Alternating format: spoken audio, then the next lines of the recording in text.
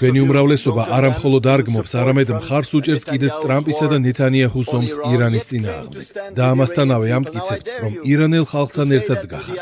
გაბედეთ და ეს პირდაპირ უთხარით იმ 7 წლის გოგონას, რომლის ზურგჩანთა ჯერ კიდევ მის მერხზე დევს. გოგონას, რომელიც მაშინ დაიღუპა, როცა ამერიკის ტომაჰავკის რაკეტა დაწყებით სკოლას მოხვდა. გაბედეთ და სკოლის 167 სხვა მსხვერპლთან პირისპირ აღიარეთ, რომ თქვენს ევროპულ ბაზებს სწორედ ამ საკლავი მანქანებით ამარაგებთ.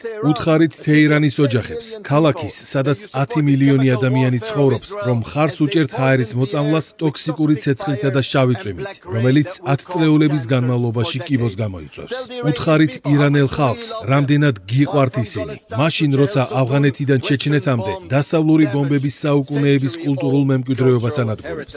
ავღანეთიდან ლიბიამდე, სირიიდან ერაყამდე, თქვენს ბომბებს არასოდეს მოუტანია დემოკრატია და არც არასდროს მოიტანს.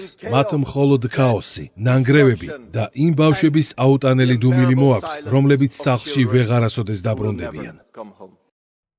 გამოიწერე და გაიგე ამბები ლიბერალური ცენზურის გარეშე.